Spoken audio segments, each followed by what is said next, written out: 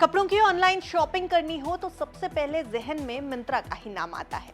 मिंत्रा आज style, trend और fashion का नाम बन चुका है। मिंत्रा ने शॉपिंग के एक्सपीरियंस को ही बदल दिया। मिंत्रा पर लेकिन अब 1654 करोड़ रुपए के विदेशी निवेश घोटाले का आरोप लग गया है। ईडी यानी एनफोर्समेंट डायरेक्टरेट ने मिंत्रा डिजाइन्स और इससे जुड़ी कंपनियों पर फेमा कानून के तहत केस दर्ज किया है। अब सवाल ये उठता है कि क्या मिंत्रा ने एफडीआई नियमों को तोड़ा है? क्या ये कोई बड़ी साजिश है या बस एक टेक्निकल गलती? और इससे पूरे ई कॉमर्स सेक्टर पर आखिर क्या असर पड़ेगा? नमस्कार, आप देख रहे हैं बिस्तक। मैं हूं आपके साथ अर्निमा द्विवेदी। देखिए, ईडी ने मिंत्रा के खिलाफ फेमा यानी फॉरेन एक्सचेंज मैनेजमेंट एक्ट 1999 के तहत केस दर्ज किया है। ईडी के मुताबिक मिंत्रा ने अपने बिजनेस स्ट्रक्चर को इस तरह डिजाइन किया कि एफडीआई की लिमिट्स को बाईपास किया जा सके, जो कि कानूनन गलत है। ये कंपनियां होलसेल कैश एंड कैरी के नाम पर बिजनेस कर रही थी, लेकिन असल में उनका काम मल्टी ब्रांड रिटेल ट्रेडिंग यानी एमबीआरटी जैसा था। अब दिक्कत यह है कि भारत की एफडीआई नीति में मल्टी ब्रांड रिटेल ट्रेडिंग की इजाजत सीधे तौर पर नहीं दी गई है, खासकर तब जब कोई विदेशी पैसा लगाकर डायरेक्ट कस्टमर को बेचे। यानी ईडी का आरोप साफ है, मिंत्रा ने नियमों को दरकिनार कर एफडीआई की शर्तों को तोड़ा और विदेशी पैसे से सीधे मल्टी ब्रांड रिटेल बिजनेस में उतर गई। इस पूरे मामले को समझने के लिए मिंत्रा के बिजनेस मॉडल को थोड़ा गहराई से समझना होगा। चलिए इस पर बात कर लेते हैं। ईडी की जांच के मुताबिक इस पूरे ऑपरेशन को एक बहुत ही सोची समझी रणनीति के तहत अंजाम दिया गया है। इस खेल में दो कंपनियां शामिल थीं। आपको बताते हैं कि कैसे। मिंत्रा डिजाइन्स प्राइवेट लिमिटेड और vector e commerce private limited. Myntra designs private limited ने खुद को एक थोक विक्रेता यानी एक होलसेलर बताकर विदेशों से 1654 करोड़ रुपए से ज्यादा का एफडीआई हासिल किया। अब आते हैं वेक्टर ई कॉमर्स पर। वेक्टर ई कॉमर्स मिंत्रा से ही जुड़ी एक और कंपनी थी। ईडी के मुताबिक इस कंपनी को खास तौर पर रिटेल बिक्री के लिए ही बनाया गया था, यानी रिटेल सेल के लिए।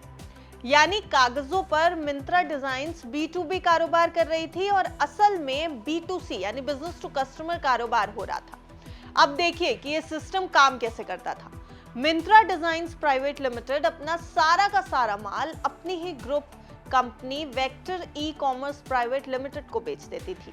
कागजों पर यह एक B2B ट्रांजैक्शन दिखाया जाता था, यानी एक कंपनी दूसरी कंपनी को माल बेच रही है। इसके बाद वेक्टर ई कॉमर्स उसी माल को मिंत्रा के प्लेटफॉर्म पर आम ग्राहकों को बेचती थी। यह असल में B2C यानी बिजनेस टू कस्टमर यानी कि रिटेल कारोबार था।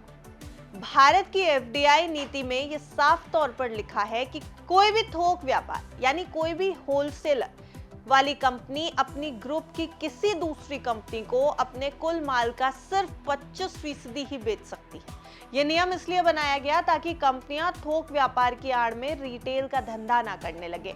ईडी की जांच में यह बात सामने आ गई कि मिंत्रा डिजाइन्स प्राइवेट लिमिटेड ने इस 25% की सीमा का उल्लंघन करते हुए अपना 100% माल अपनी ही group company Vector e commerce को बेचा।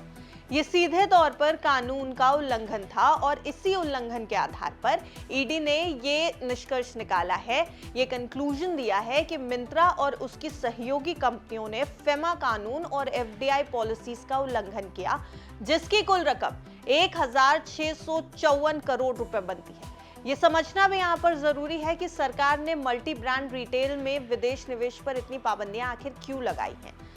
देखिए, इसके पीछे बड़ी वजह देश के करोड़ों छोटे और रिटेल कारोबारियों को बचाना है।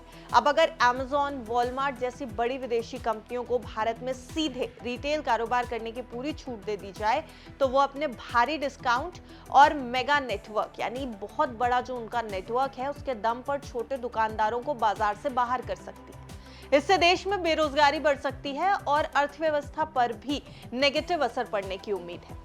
मिंत्रा एक बड़ा ब्रांड है और इसका मालिकाना हक वॉलमार्ट की फ्लिपकार्ट ग्रुप के पास है और वॉलमार्ट खुद एक अमेरिकन रिटेल जायंट है। तो अब सवाल भी उठ रहे हैं कि क्या वॉलमार्ट जैसी विदेशी कंपनियां भारत के एफडीआई नियमों को हल्के में ले रही हैं? क्या ये सब कुछ जानबूझकर हो रहा है? क्या जांच में मिंत्रा दोषी पाई गई तो उस पर भारी जुर्माना या फिर बिजनेस पर रोक लग सकती है? देखिए इन सभी सवालों के जवाब आने वाले समय में पता चलेंगे, लेकिन फिलहाल मिंत्रा मुश्किल में तो फंस गई है। अब उसके ऊपर फेमा के चार्जेस लगे हुए हैं, फेमा के तहत आरोप लगे हुए हैं। आगे क्या कुछ होता है इसकी भी अपडेट हम आपको जरूर देंगे, जो भी बड़ी अपडेट इससे रिलेटेड आएगी। इसलिए बिस्तक को सब्सक्राइब करना बिल्कुल मत भूलिएगा। वीडियो अगर अच्छा लगा हो तो उसे लाइक और शेयर भी कर दें और देखते रहें बिस्तक।